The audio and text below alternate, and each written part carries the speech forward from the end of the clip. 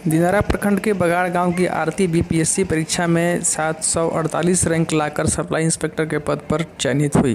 गांव में खुशी की लहर दौड़ गई। आरती के जब अपने गांव पहुंची तब ग्रामीणों ने गाजे बाजे के साथ स्वागत किया। आपको बता दें कि गाजे बाजे के साथ सर्वप्रथम शक्तिपीठ भवानीधाम में माता यक्षिणी भवानी का आशीर्वाद लिया।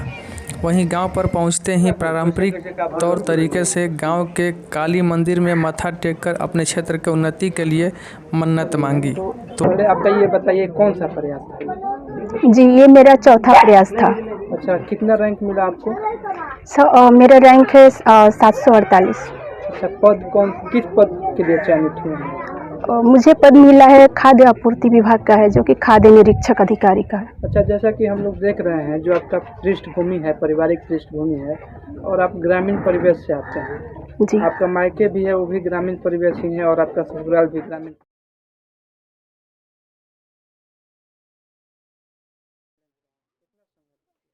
सर देखिए, ये जो सिविल सर्विसेज एग्ज़ाम है, इसको एक तरह से कठिन माना जाता है।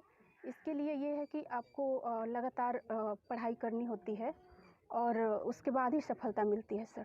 तो इसके लिए ये है कि आपको प्रतिदिन अभ्यास करना पड़ेगा पढ़ाई के लिए, और मिनिमम 5 से 6 घंटे तो देना ही पड़ेगा, तभी आप सफलता प्राप्त कर सकते हैं इसमें। तो सफलता का श्रेय किसको देना चाहिए?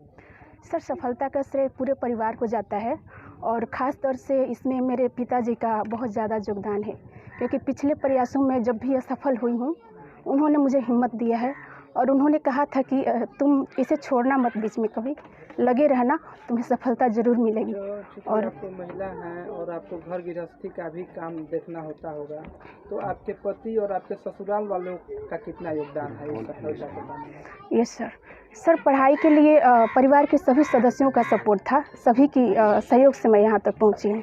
पढ़ाई के लिए कभी किसी ने मना नहीं किया मुझे कि नहीं पढ़ना है, सबने कहा कि नहीं, तुम लगी रहो, कभी ना कभी तुम्हें सफलता मिलेगी, और आज मुझे सफलता मिली है। मतलब प्रारंभिक शिक्षा दीक्षा कहाँ से हुई? जी, मेरी प्रारंभिक शिक्षा दिनारा से ही हुई है। सरस्वती शिशु निकेतन से पढ़ी थी। उसके बाद दिनारा में ही बलदेव हाई स्कूल जो है, वहाँ से मैंने 10th पास किया है।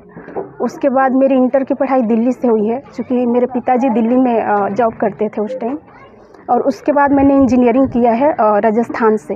अच्छा, हम देखते हैं समाज में कोई भी सफल व्यक्ति होता है, वो किसी न किसी महापुरुष को अपना आदर्श मानता है, तो आप वैसे किस महापुरुष को अपना आदर्श मानते हैं? जी, महापुरुष की बात कर रहे हैं आप, तो मैं विवेकानंद को आदर्श मानती हूँ, क्योंकि उनका एक ध्येय है। वो कहते हैं कि यदि अपने लक्ष्य को पाना चाहते हो तो लगातार उस चीज़ के लिए लगे रहो, परिश्रम करो, तुम्हें वो लक्ष्य ज़रूर हासिल होगा। अच्छा, और जी, आप सफल हो गए हैं और आप अधिकारी बन गई हैं जी, तो बहुत सारे लोग या हमारे समाज में बच्चे जो अभी आपकी तरह तैयारी कर रहे हैं, आपको प्रेरणा मानेंगे। तो वैसे बच्चों के लिए या वैसे छात्राओं के लिए, आप महिला हैं चूँकि, तो वैसे महिलाओं और छात्राओं के लिए क्या संदेश देंगे? जी, मैं ये कहूँगी कि हमारे समाज में अभी भी लड़कियों को पढ़ाने के लिए जो गार्जियन होते हैं उतना तत्पर नहीं रहते हैं। मतलब कहीं ना कहीं थोड़ा सा भेदभाव होता है कि लड़कों को ज़्यादा पढ़ाया जाए, लड़कियों पे उतना ध्यान नहीं देते हैं, क्योंकि उनका ये रहता है कि ग्रेजुएशन के बाद लड़कियों को शादी करना ज़्यादा पसंद करते हैं। तो मैं ये कहूँगी कि मैं भी एक लड़की हूँ, और मेरे पिताजी ने मतलब मेरे भाइयों में और मुझ में कोई फ़र्क नहीं किया। उन्होंने बराबर पढ़ाई के लिए दोनों को प्रोत्साहित किया।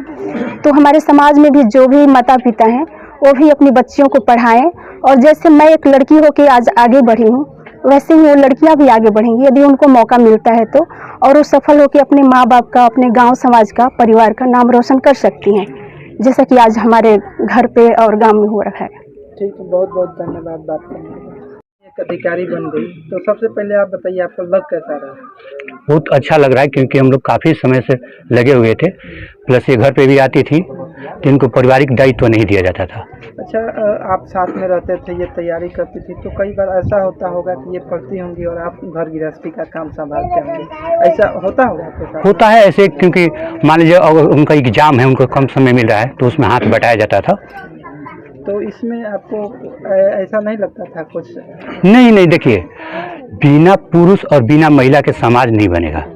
अगर कोई सोचता कि नहीं महिला का ये काम है, तो नहीं, ये गलत है, क्योंकि अभी हर क्षेत्र में महिलाएं भी आगे बढ़ रही है, तो महिलाओं को भी अवसर देना चाहिए, नहीं कि नहीं पुरुष प्रधान नहीं। तो आपका किस तरह से इनको सहयोग किस तरह से करते थे? मैंने इनको फुल सपोर्ट किया था कि जैसे आपको पढ़ना है, आपको जो भी काम करने का रुचि है आप कीजिए। प्लस परिवार वाले पूरा सपोर्ट करते थे कि उनको जो करना है आप करने दो, पढ़ाई करना चाहते पढ़ने दो। हमारा जो समाज है, हम जहाँ जिस परिवेश से आते हैं अक्सर देखते हैं कि घर की महिलाओं को लोग अभी भी मतलब अभी तो थोड़ा कम हो गया, लेकिन फिर भी गांव में बाहर नहीं निकलने देते हैं, या फिर कहते हैं घूंघट में रहो, तुम क्या करोगे, घर गृहस्थी का काम संभालो। तो आप लोगों के साथ ऐसा कभी सिचुएशन आया? नहीं, हमारे मतलब कि भैया हैं घर जीवन, चाहे भाभी हैं, मम्मी है, सब लोग हमेशा बोलते थे कि नहीं, अगर वो पढ़ना चाह रही है तो उसको पढ़ने दिया जाए। होल लाइफ जब तक वो पढ़ना चाहे, जब तक उनको अटेम्प्ट लेना है लेने दीजिए, कुछ पारिवारिक जिम्मेदारी मत दीजिएगा। अच्छा, कोई संदेश देना चाहेंगे वैसे लोगों को जो महिलाओं को आगे नहीं आने देना चाहते हैं? देखिए, उन माँ बाप से हम लोग का रिक्वेस्ट है कि आप अपनी बच्ची को पढ़ाइए। बच्चा के लिए जब आप होल लाइफ कमा के रखते हैं तो बच्ची के लिए उसको एज है तब तक उसको पढ़ने दीजिए, क्योंकि वो पढ़ेगी, चाहे पढ़ रही है, चाहे और क्षेत्र में जाना चाहते हैं तो उनको और क्षेत्र में भी जान लीजिए, खेल कूद में जिस क्षेत्र में जाना चाहते हैं उनको आज़ादी दीजिए।